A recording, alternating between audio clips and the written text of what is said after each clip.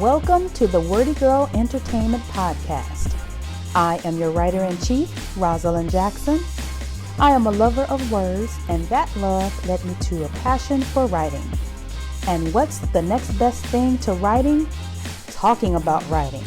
So kick back and join me for mind-blowing chats about writing, covering everything from screenplays to novels to poetry, from nonfiction books to songwriting, and much more. From sleeping in parks to drug-addicted parents, actor, poet, and motivational speaker Monti Washington has had quite a journey to living out his American dream. Because of the constant change and frequent moving around as a foster child, Monti was determined to break the stigma of stereotypes of foster children and decided to take action to reaching his goals and following his dreams as a prestigious actor and motivational speaker. For nearly 8 years, Monti has had the pleasure of starring in independent films as well as being featured in numerous commercials and being awarded the opportunity to speak at more than 130 venues, including colleges and conferences across the nation. Monti currently stars in Tyler Perry's BET Plus comedy series, Bruh, and in BET's drama series, Games People Play, executive produced by Tracy Edmonds, with Vanessa Middleton serving as showrunner. Welcome to the WordyGirl Entertainment Podcast. Today we are speaking with Monti Washington. Hey, Monti. Hey, what's up? I'm good. How are you? You know, living the dream, avoiding the lie. I heard that. So is Monty short for something? It seems like it's a nickname. No, my nickname is Cheech. Oh. My Monty is my legal name. My biological family, when I was younger was Montelio, but Okay. when I got into foster care and stuff, I had it legally changed to Monty. So yeah, Monty Washington. It's just that's the Monty Dupre Washington, technically. Oh, okay. Does Monty mean something? Yes, Mountain of a Man. Oh, now that's a tall name. Hey, I ain't mad at it. Where did you grow up?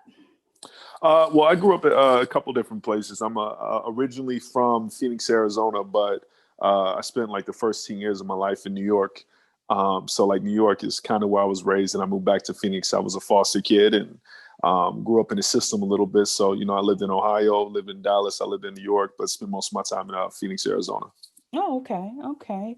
And so you're an actor, a motivational hmm speaker, a poet, and you do modeling too, right? You know what? Kind of. I don't claim that because it's too many people out there claiming stuff that they don't pursue and do on the regular. So, I get opportunities, but I'm not a model. The rest of that I can own because I create and I'm a writer and I do all these things. But I ain't gonna, I can model, but I can't own that. I can't own that. Well, you should, because your Instagram, reflects that of a model. You know what? That's that leading man right there. That ain't no model. Maybe I'll grace the cover of GQ. That is one of my that's on my bucket list. I want that's on my to-do list one day. But maybe when I get that cover of GQ, then I'll say model. Okay. So you said you grew up as a foster kid. Mm-hmm. So you pretty much, had a tough childhood. Yeah. And how did you take having that type of childhood and turning it into being a motivational speaker? Because I know a lot of motivational speakers, they tend to come from like tough upbringings, and then they blossom into pouring positivity into other people. Mm-hmm. And also they say how comedians are the same way. So Yeah. how did you get into becoming a motivational speaker? Well, just the need. When I was, I suffered through depression and suicidal tendencies, and had a complete, utter lack of confidence in myself just because of the way I was up. I was brought up. My mother was a drug dealer. A drug addict, I should say. I grew up in parks and crack houses, sleeping. I was hospitalized from one foster home. I was locked in a room for 23 hours in another. And it's just all these mental and physical things that happened to me. And it just kind of messed me up. And over the years, to get myself out of it with some therapy and counseling and, watching motivational videos, reading self-help books, just trying to find a way to, I guess, kind of reprogram my mind. Because even though, I feel like I was blessed, I feel like God has blessed me with all the gifts and talents I need for my calling. But if you don't believe in it, if you don't have faith in it, if you lack confidence, then it's for naught. So I was just trying to look for all these things. And the more and more I started researching and watching videos and looking at these speakers, I'm like, oh, wow, they kind of come from some messed up places too. And then in college, I took a public speaking class, and my teacher, she bribed me because I was a bit of a class clown, and we had a real heart to heart. And at the time, nobody knew my upbringing. I used to be ashamed of it, so I used to hide it. And she's like, if you share what you just shared with me with the whole class in a elegant, honest way, I'll make sure you pass the course with an A. I was like, word. So long story short, I shared it. And I saw my classmates were crying. Some people were just shook by it. And they, came to me and said they were inspired. And I kind of set it off. And then from there, I was like, I love doing this. And then also I can make money, make a living to it. It just seemed natural. Oh, wow. Wow. Yeah, I saw some of your videos on your Instagram account. And I think, as much positivity as we can get is, the better, especially after the year that we've been having and the current times that we're in. I think on social media, that's like, it's a little dose of medicine. You know what? And it is. And it's something you have to, especially being Black and seeing everything that's going on, it's like you have this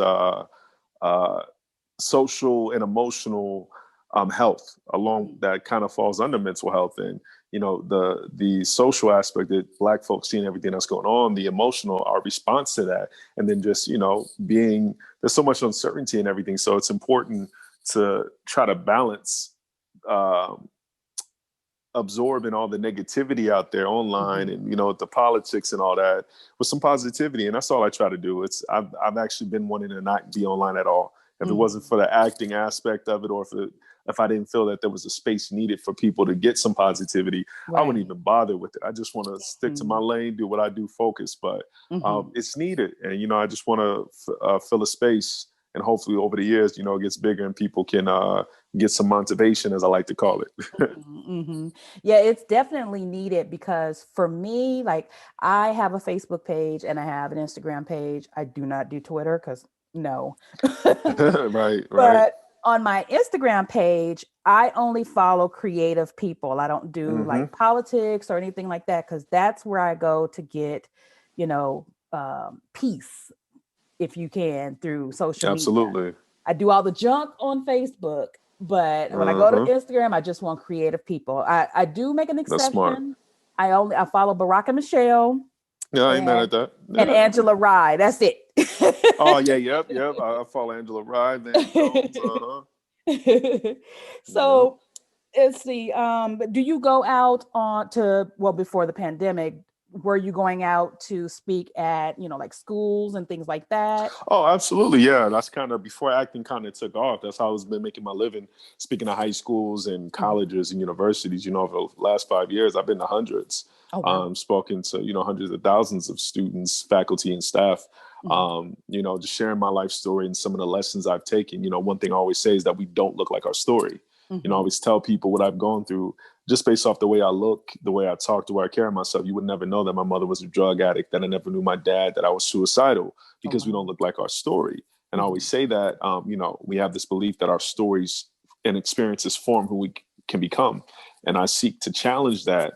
We don't, our stories, they don't form us, they inform us. Everything we go through is merely information. And what we do with that information is what forms who we're going to become. So, I share that message. And, lately I got my other program, Which Lives Matter. And, I bring some context and perspective to a lot of this racial inequality and a lot of stuff going on in social media to these college students who are just bombarded with a lot of alternative facts, as it were. And I just try to give some perspectives from somebody who's educated in it, from a Black man, and try to, get people to understand why it's Black Lives Matter and not all lives yet. So, I do all of that. I've been, obviously, because of the pandemic it's been more virtual, and because of acting, I've been focusing on that. But yeah, it's a passion of mine. I enjoy it being in front of audiences and just doing it live. It's I'm blessed. I'm blessed to be able to do what I love. You know. And that's great. Do you do any online now because of the pandemic? Yeah, absolutely. In fact, I have my first virtual speaking gig Friday of the year Oh, okay. with a university. So I'm gonna be gearing up for that. You know, I got my lighting set up. I got a cool little setup at the crib. To you gotta adapt. You gotta adapt. You have to True. adapt. And yeah, so I got a nice little setup here ready for that. But yeah, it's I've adapted well to make it engaging and interactive as well. So yeah, I just want to keep it going. People, you know, people need it. People need it. Absolutely. It's more than ever, more than Mhm. ever. Absolutely. Now, when did you start writing poetry? Like at what age, and what made you start writing it? Um, hmm. For a while back in the day when I lived in a group homes, you know, Hmm. I was a pretty angry kid. Just you know all the stuff I experienced, and I just needed an outlet. So basketball was my first love, and then I think poetry might have been my second. I was a creative way for me to express myself Hmm. constructively. So you know, the spoken word poetry, and I'm a big fan of hip hop. So Hmm. when I watched the movie Slam, which won the Sundance Award with renowned poet and musician and singer Saul Williams back in the Hmm. day. I was like, yo, what is this? That was like my introduction to spoken word poetry. I'm like, this is Hmm. different from Langston Hughes and Maya Angelou. Like, what's Right. this? And I just fell in love. And it's just the expression. You know, I'm a metaphor for metaphor, spin poems you never heard before, assembling an assembly of Mm. similes, simply because imagery is made in the image of me. So if you can imagine, so yeah, stuff like that, Wow. like just the words. And I believe my man Jay-Z said something. He said everybody has a genius level talent within them. And I Mm. believe that in something. And I believe mine was words. Mine are words. When it Wow. comes to writing and poetry and acting and speaking, like I'm blessed to have a way with words, both in the written and the oral. And I just, you know, I love it. Poetry is just it's a wonderful self-expression. And um, especially when I'm going through a lot, that's kind of what I go Mhm. to get it out in a constructive way before I end up rolling up on somebody. Well, yeah, you definitely have a way with words because I was checking out some of your spoken word videos on your Instagram, Oh yeah. and this one particular line caught my attention, and that was from the one that was "This Is America" remix, Uh-huh. and you said, "I hear a change is coming on. In fact, it's louder than Trump with a trumpet at a Russian collusion summit." Some I said, well, yeah. damn. Yeah, yeah, That was yeah. a cold line right there. Yeah. I got every now and again there's some bars Mhm. that I'll be like, yo, okay, I came up with that. like, like, Yeah, okay, that was okay, that's something. amazing. Yeah, because that Yeah, caught yeah. me because like I'm a person who is really moved by words too because I'm a poet also. No, okay, okay. So yeah, so that was I saw that I was like, oh my God, that was a powerful line.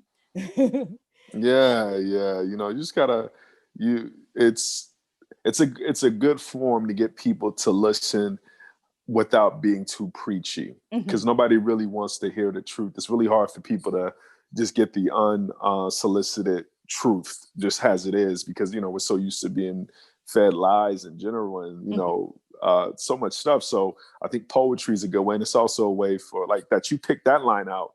Mhm. I've had other people um, pick out other lines from that poem, but Mhm. everybody takes away something differently, and it's really cool to see, and just you know, it's just a great way to express yourself.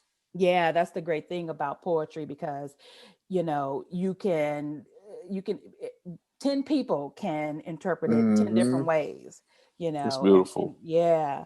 And so who are some of your favorite poets? Oh, I mean, throwback Langston Hughes. That's one of the first. Started to, you know, shout out to Maya Angelou. But Hmm. Saul, spoken word poetry, Saul Williams. Oh man, Yeah. he's the one who got me. I was watching the movie Amethyst Rocks. It's Mm. on Slam. It's just such a beautiful setup. If you haven't seen the movie or any of the listeners seen it, Slam. I He's in have. jail. Yeah, just in jail. And you Hmm. know, it's about to go down. I have a lot of family in jail, so I'm very familiar how Mm. things go in there. And just for that to break, I stay on the block slinging amethyst rocks, drinking 40s of Mother Earth's private nectar stock. Like when I and when I heard that, I didn't even understand what all of that meant. And I was just sounded dope. And like listening to it now as an adult, as a poet, as somebody that's very well read, I'm like, yo, there's so much in every line. So Saul Williams is probably one of my favorite. There's this cat, Rudy Garcia. He's dope. Let me see. Ooh, Black Thought is a beast. Yes. Jay-Z, Kendrick Lamar. Yeah, just I love it. It's just it's a lost art form. A lot of people don't really you know, it's a lot of poetry to a lot of people seem a little too artsy or corny these days, but just it's, I don't know, just what you can do with words and how so many different things can be said within a sentence. It's just amazing to me. So yeah, that's poetry. That's my other love. Yeah. And definitely all those people that you named, they have a particular way with words. You know, they're Absolutely. very, very crafty with their Yes. words. And I love Saul Williams. I actually met him before. What? Yeah, I met him twice. The first time I met him, and this was at Tracy used to have a building back in the day, and it was called Edmonds Tower, and she had all of her businesses in there. And there was one of them was Robbie Reed Casting. So Robbie, you know, had her offices there. And I walked in the hallway. I was like, you know, going to another office, and I saw this person in the hallway. Like a lot of actors would come and they would be, you know, waiting to go in. They'd be, you know, going over their lines or whatnot in the hallway. And I don't know how I knew this was him, because he had on some dark shades and he had like a full beard grown out. And I don't know how I knew it was him. And I just stopped and I said, Saul Williams? And he reacted like, how did she know this was me? It's that energy. I mean, Yeah. he's a different kind of dude, man. And so I told him it was an honor to meet him and everything. He was really nice. And then the second time I met him was at one of his book signings. And so that was really cool. He was really down to earth. So yeah, he's an incredible person. Yeah. There's more, but I'm not used. I've never had anyone on any interview ever ask me who my favorite poets are, so I'm a little thrown off. So I might have a couple more that come through later, but yeah. Okay. Yeah, well, you named some amazing ones there. So let's talk about your acting now. Yeah. So you're currently in the TV show Bruh, which is BET and Plus, on BT BT Plus, Plus, yeah. that's right. And for those who aren't aware, that's a Tyler Perry show. And it's about four guys. You guys are like in your 30s and pretty much just exploring the world of what 30-year-old men go through, like dating, careers, and you know, all that kind of stuff. And so tell us about your character. Oh, my character's Bill Frazier, my man Bill, aka Kill Bill, because he be killing him. He's one of the bros. He's probably the kind of glue of the bros. All the bros, we all kind of occupy a certain space. Tyler Perry did a great job casting. All four of us, we get along very well. I'm an architect, and I committed the cardinal sin of letting the good woman go. It's you know, I spend the majority of the first season trying to get back my ex Regina. Wow. Yeah, you know, and it's just you sometimes you need to let something go to realize how much you really want it, and then definitely if you see what you let go happy, woof. Sometimes you be like, damn, I messed up. So he's kind of that character. He's kind of all over the place. He a hot mess, which is so fun to play as an actor. Just someone who's a hot mess, a lovesick puppy, you know, and you got your bros trying to have your back, but still call you out on your bull. It's fun. And it was great working with Tyler. He let me kind of create the character as I went along. And it was a fun character, and it's really cool because as opposed to my other shows, this one's a comedy show. To really mess around in the comedy arena, it's fun to show that goofy side, and just it's a great character. And when we just filmed season 2 last summer, during Oh, the okay. pandemic. Yeah, and season two, we take it to another level, and it's twice as long. So yeah, it's a blessing. First series regular, got Hmm. that underneath my belt. Hopefully, many more to come. And Yes. yeah, it was just it's been great, and it's the cast and everybody at Tyler Perry Studios. It was a blessing to work with. Oh, great. Now, are there any similarities between you and Bill? A little bit, a little bit. We both, we both kind of go after what we want, despite the advice of other people, whether that's good or bad. That's to be found out later. Hmm. And he's a teller like it is. Like out of all my groups of friends, I'm always the one. I'm not the one you call when you want to hear what you want to hear. I'm Mm. not that friend. I'm the Hmm. one who's gonna keep it. I'm gonna hit you with the realness. Uh-huh. And he's like that. Mm. In that respect, as far as like letting a good woman go, nah, I haven't let a good woman go. I can't say that. Like if things don't work out, things don't work out. But I'm a fighter. So if I'm in a relationship, when it's over and it's like legit over, that means I felt like I've done everything I could do. So I wouldn't be chasing after somebody and even spoiler alert, ruining Mhm. weddings. Mm.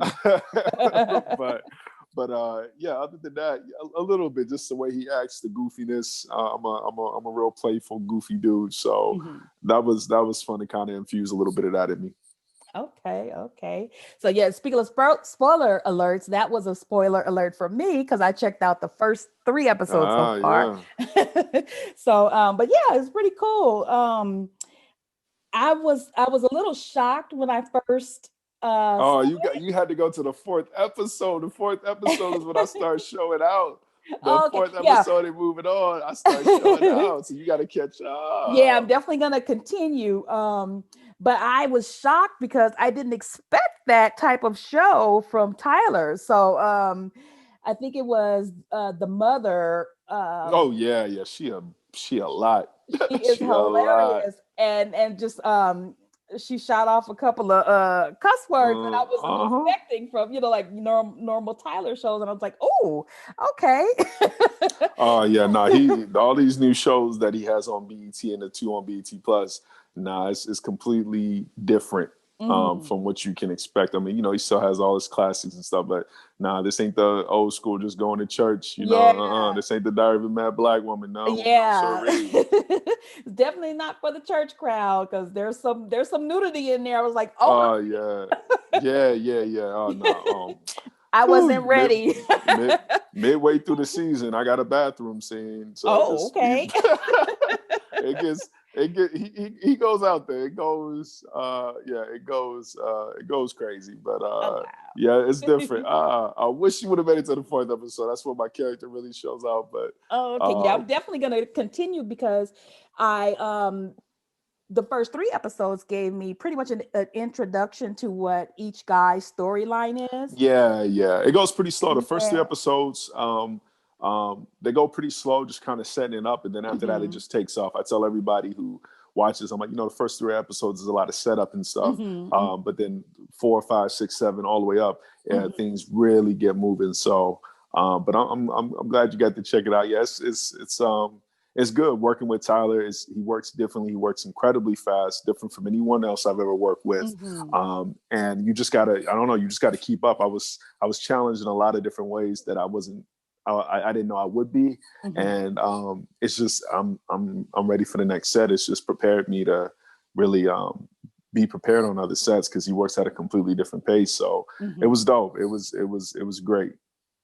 Yeah, I was gonna say what is it like to work with him? I do know that he does work very fast. So how is that? How does that compare to what you have experienced before with other directors? Well, it's different. Tyler he kind of knows what he wants, so it's a good and bad thing. So um, sometimes as actors, you just kind of want the director to let you do your thing and Hmm. just let you go. And then sometimes you want a director who's going to kind of guide you and be like, okay, you have the full scope of the story.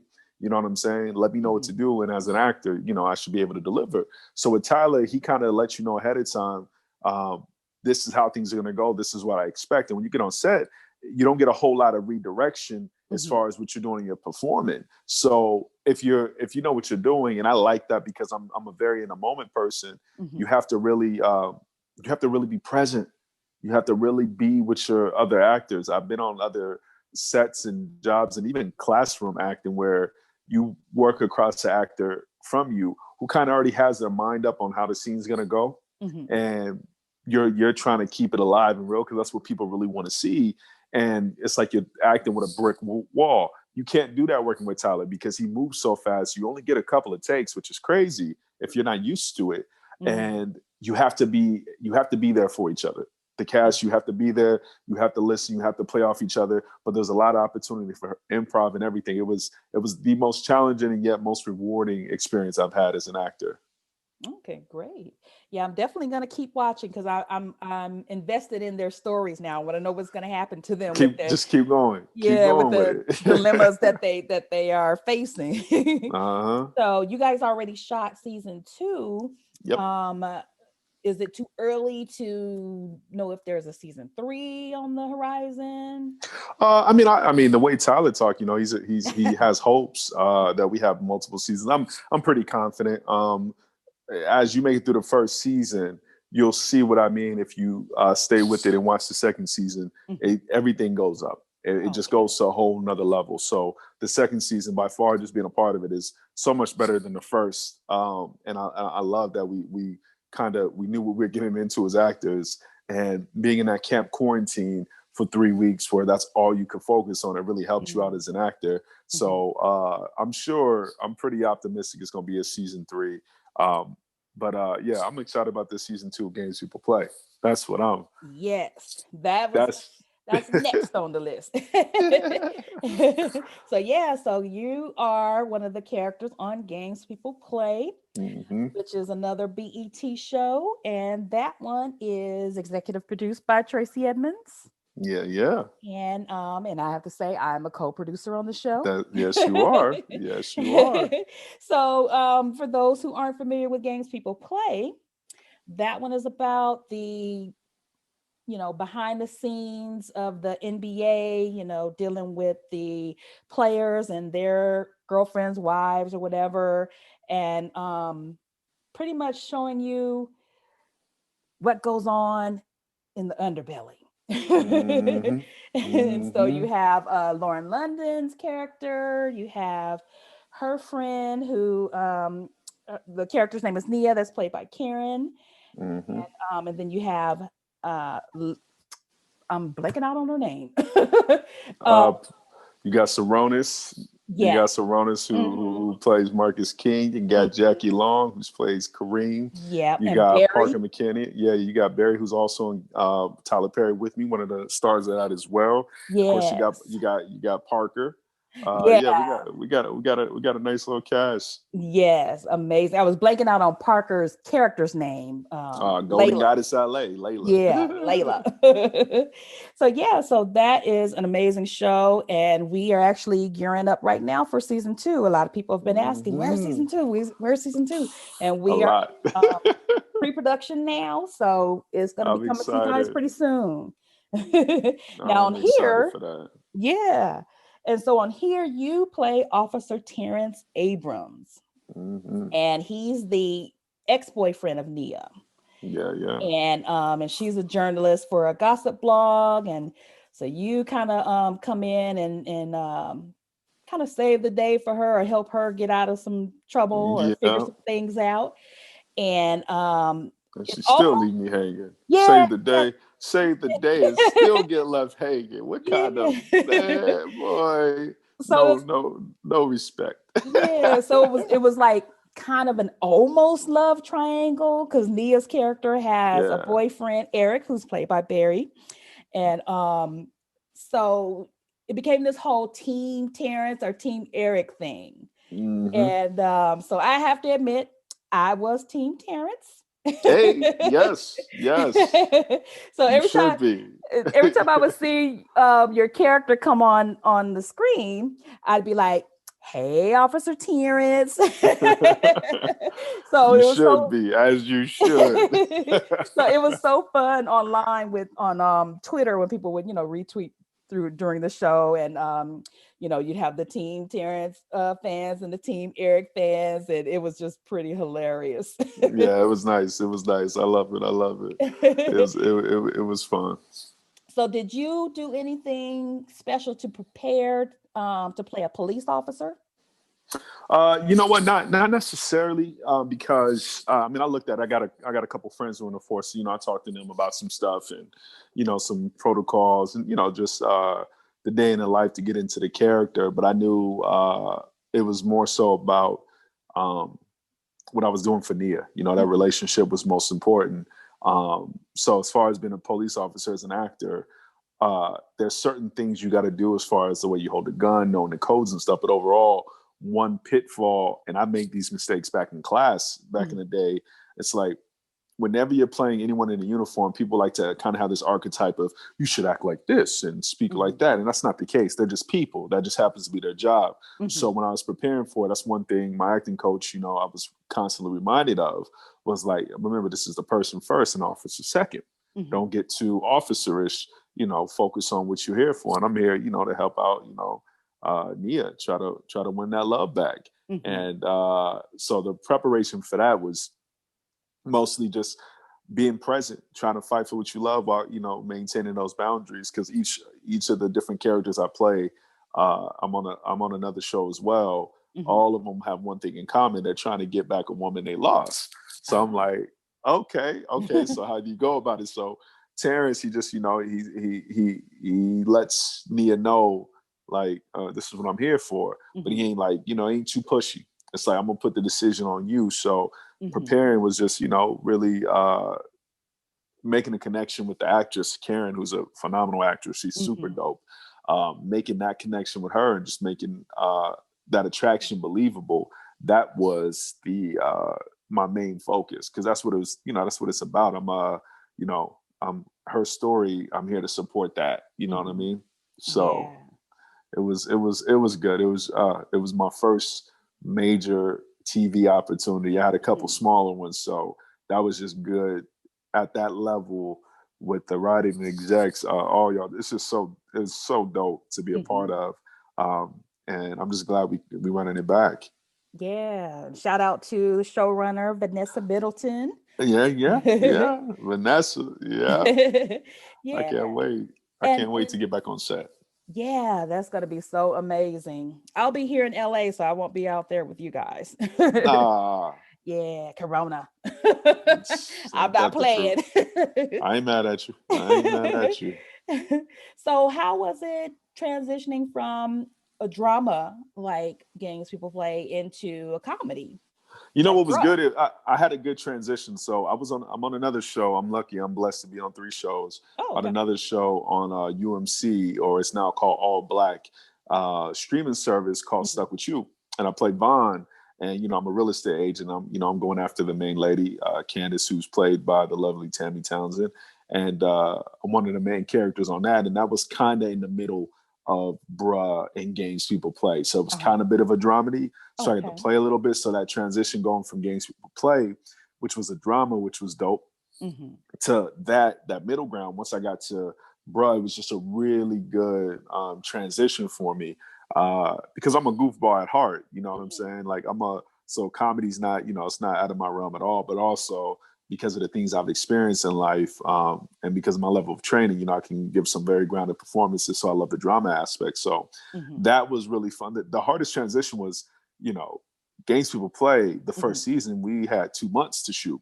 Yeah. And also, I'm a recurring character. I'm not in every episode, and I'm not one of the main storylines. I'm one of the supporters of one of the main storylines. So going to Tyler Perry's Bruh, where I'm one of the 4 main guys, and I have a whole storyline, and it follows me, and that responsibility, that was different. That was different from like, okay, I'm gonna come on set, I'm gonna knock out these few scenes, and I'm gonna go lay low. This time it was like, no, you are the show. You and 3 other cats. This is your show. So I think that was the hardest transition, which was a blessing, because I realized Games People Play, like any actor, you always want to be one of the stars, one of the mains. It's just what you want. Right.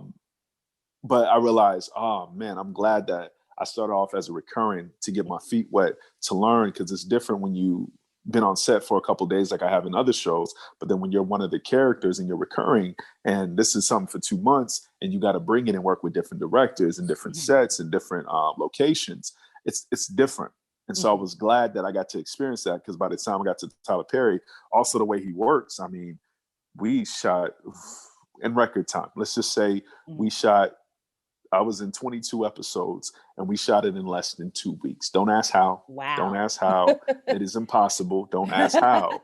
But there's no way in hell I could have done that as my first major acting gig. So I'm glad I got to do all of that. And I'm looking forward to going back to the second season of Games People Play now, because some of the stuff I learned working that way, I can't wait to apply it to, Games People Play. Obviously, Games People Play is going to do kind of the normal time of shooting, I would imagine.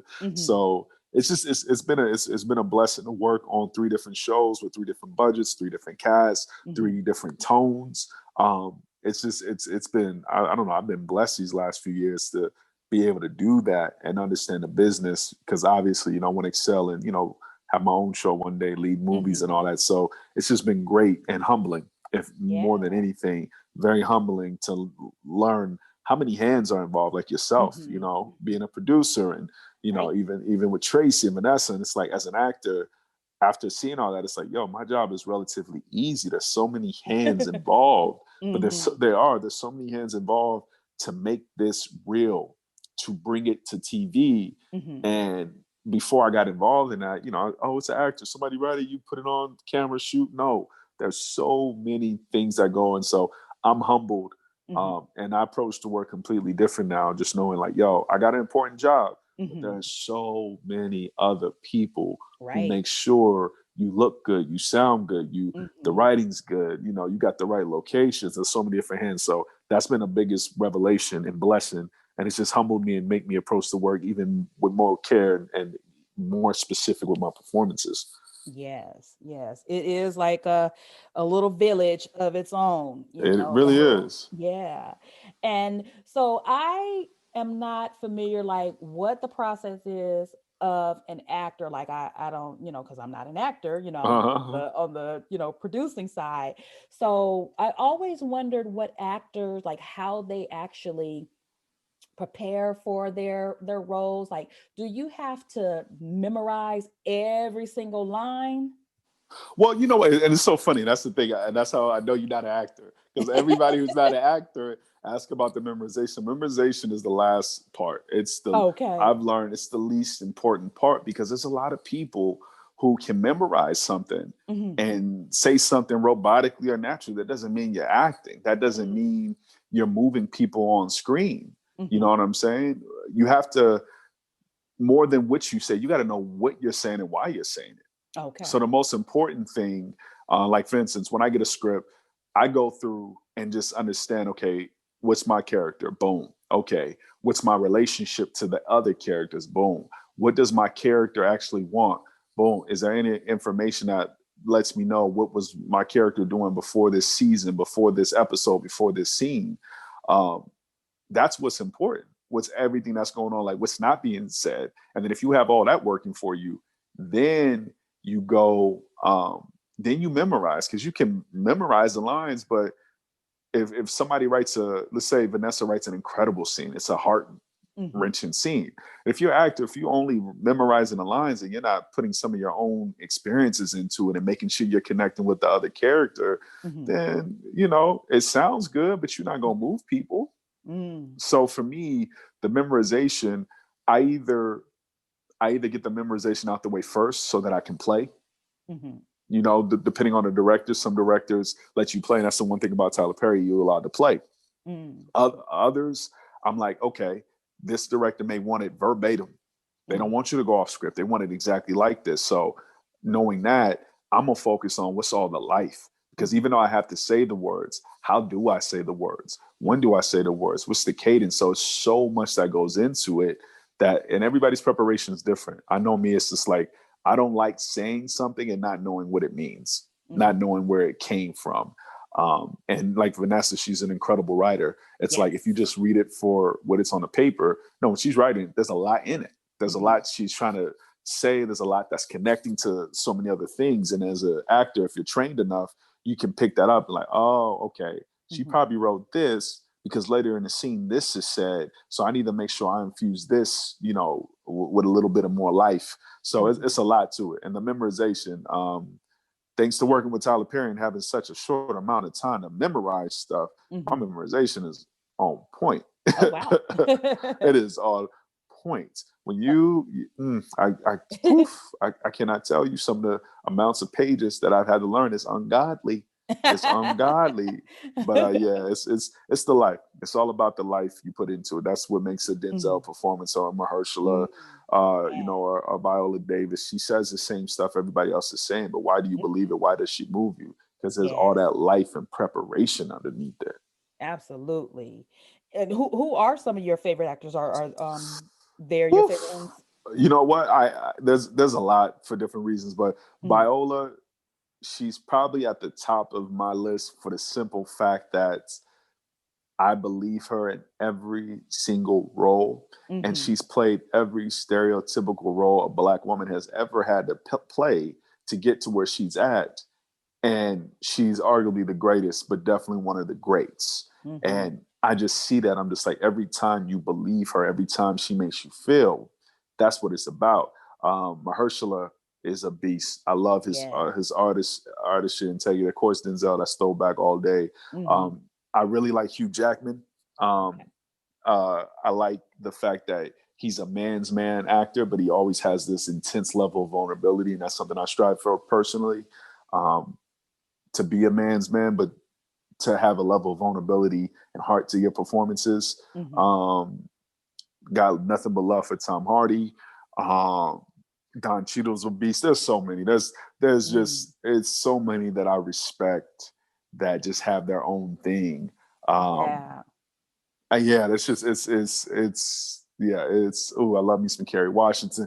I can go on. There's about 100 actors. Viola, Mahershala, Hugh Jackman, and oh my God, she's eluding me. There's a handful that I'm like always going towards where I'm like, yo, I love watching performances, and there's about 100 more that I just have mad love and respect for, and hope that I get to be up on that level one day soon. Yeah, those are definitely some heavyweights there, and they all have the ability to, like you said before, they disappear, like the actor, like Viola or Denzel. Like, as much as I love, like, I'm a huge, like, Denzel is my favorite male actor of all time, and as much as I love Denzel, every time I see him in a role, he disappears. Yeah, and his character, I just see his character, and now that is so amazing. You know, his talent is so incredible. In order for me not to see Denzel, because I love me some Denzel, that shows you how incredible he is as an actor, and Viola does the same too. So yeah, it's just those are some heavyweights. Yeah, it's just amazing, and that's personally as an actor, that's what I'm striving for. I just want to be one of those actors that directors want to direct, writers want to write, and actors want to work with. Like, yo, I want to work with him because he raises my level. There's a level of professionalism and honesty and giving and collaborativeness that come when you act with me, and that's what I work for.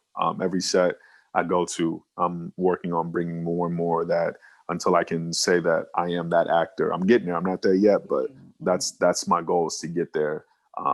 And then just, yeah, it's a blessing to be able to do this and get paid to do it. Now, if you could be in any TV show or movie that you dream of, it could either be existing or one that you would just dream to be in, what would that be? The show I'm writing for myself right now. Because I've been asked that question over the years, and I realized the show didn't exist, because for instance, I love Amari Hardwick and Ghost. I mean, as Ghost, I love the duality. I think that's amazing. I love period pieces, and so I have a show, not giving too much away, but I'm writing with a good friend of mine called Prometheus. And essentially it's a combination of Greek mythology, post-apocalyptic Pretty much what's life like in post-apocalyptic Black America. Ooh. That's the simple. So breaking down that character, and I'm a big fan of Greek mythology. And what does that look like but having Black faces? That's something that hasn't been seen before. That's something that hasn't been done before. So I've been working on that. Me and my good friend, Stuart Yost, incredible director.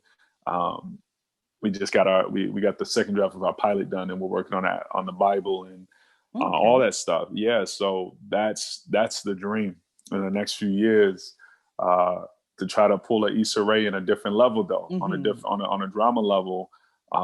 That's what's, going to showcase all my different sides that, the industry, you got to typecastings for a reason, but you got to get your foot in there. But I'm about to show some sides of me that maybe the industry hasn't seen yet. And that's the one right there. Oh, wow. So that's good. You're getting that you're screenwriting. Are you interested in directing too? Not this one. I've done a play before where I wrote, directed, and acted, and it's too much. I don't think I could.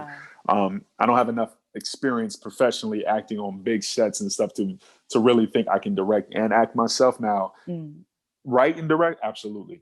Or even write and act like I'm doing in my own show. But my good friend who's writing it with me, he'll be the director. He has that vision. I realize it's a craft. It's a genius to be a director, to have the overall vision, and what goes into being a writer. But I'm a writer naturally. I ain't on that level yet. That's why I got a writing partner. But I know that's something I can dive into. Directing, that's a whole nother level. So one day, absolutely. But I wrote my dream part, and I'm gonna keep being blessed with roles, and just like Games People Play, that is going to give me an opportunity to do what I love and work with incredible people. And in the meantime, I'm in the shadows. I'm working. I've been working on this for about a year and some change now, with my boy. So we're gonna get it out. We're gonna get it out one day. It's gonna come to fruition, and it's gonna be something different. It's gonna be something different. I'm excited. You gotta create it. You can't just sit around and wait. That's true. That's true. Well, I definitely look forward to that. Absolutely. So what kind of advice would you give new people just getting in, somebody sitting at home on their couch and they're watching a movie or a TV show and they want to act and they have no idea what to do? Well, the first thing I say is get some training. It's not easy. It looks easy, which is why everybody says, "Oh, I want to do an actor." All you gotta do is remember lines and say, "No, it's not easy." The greats have been in school. You cannot understand how many years have gone into Viola Davis becoming Viola Davis. How many roles, how much training, how many hours. I put 3 or 4 hours in for a major audition. Just for a 2-3 minute audition. I spend that much time. So anybody, just know what you're getting into. If you want to do it for fun, take some classes, put your toe in it. But if you're trying to make a career out of it, just be prepared. You know what I'm saying? Learn your craft.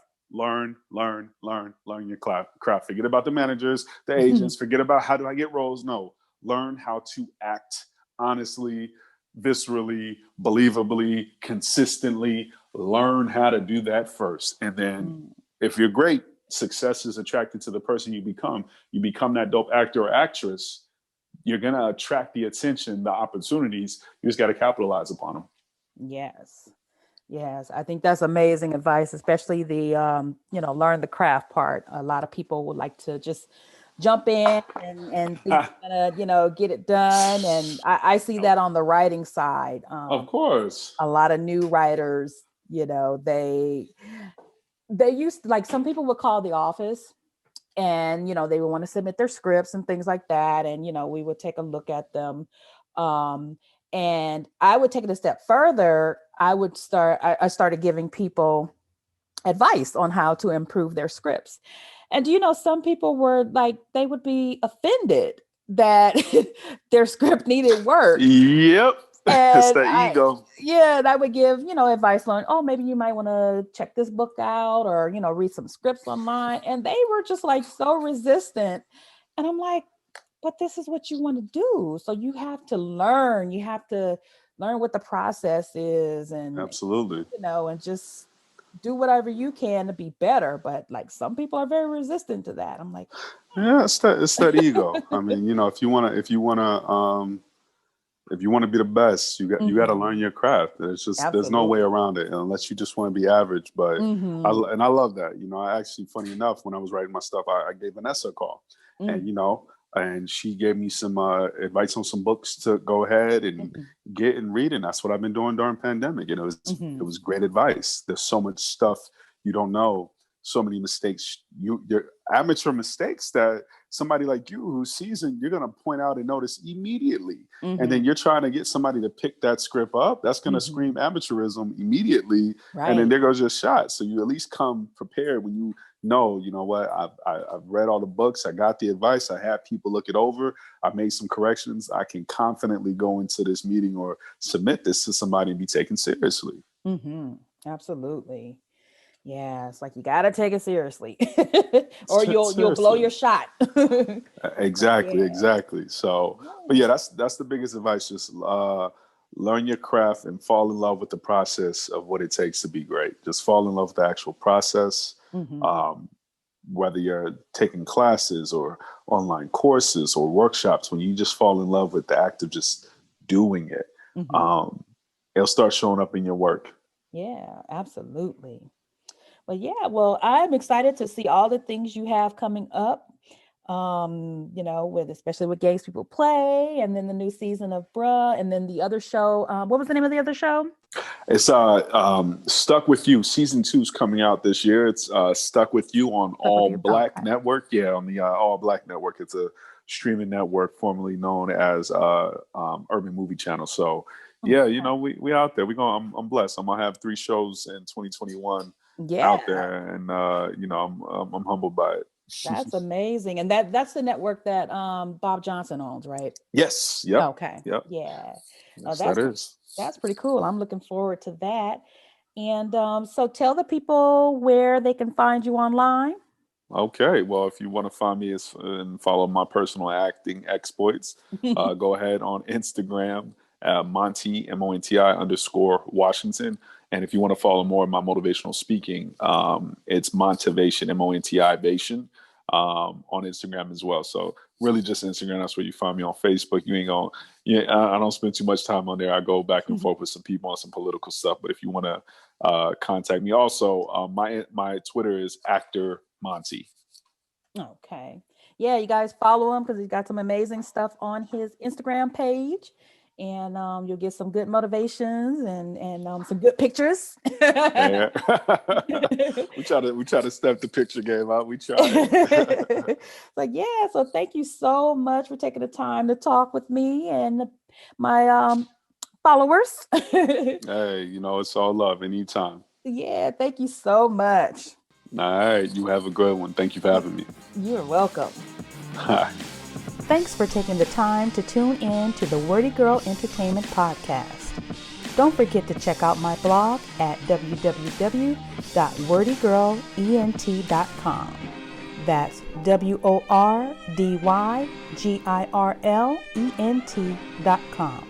You can also find me on Instagram and Twitter at WordyGirlEnt and on Facebook at www.facebook.com/WordyGirlEnt. And always remember, it all begins with a single word. So what are you waiting for? Go write.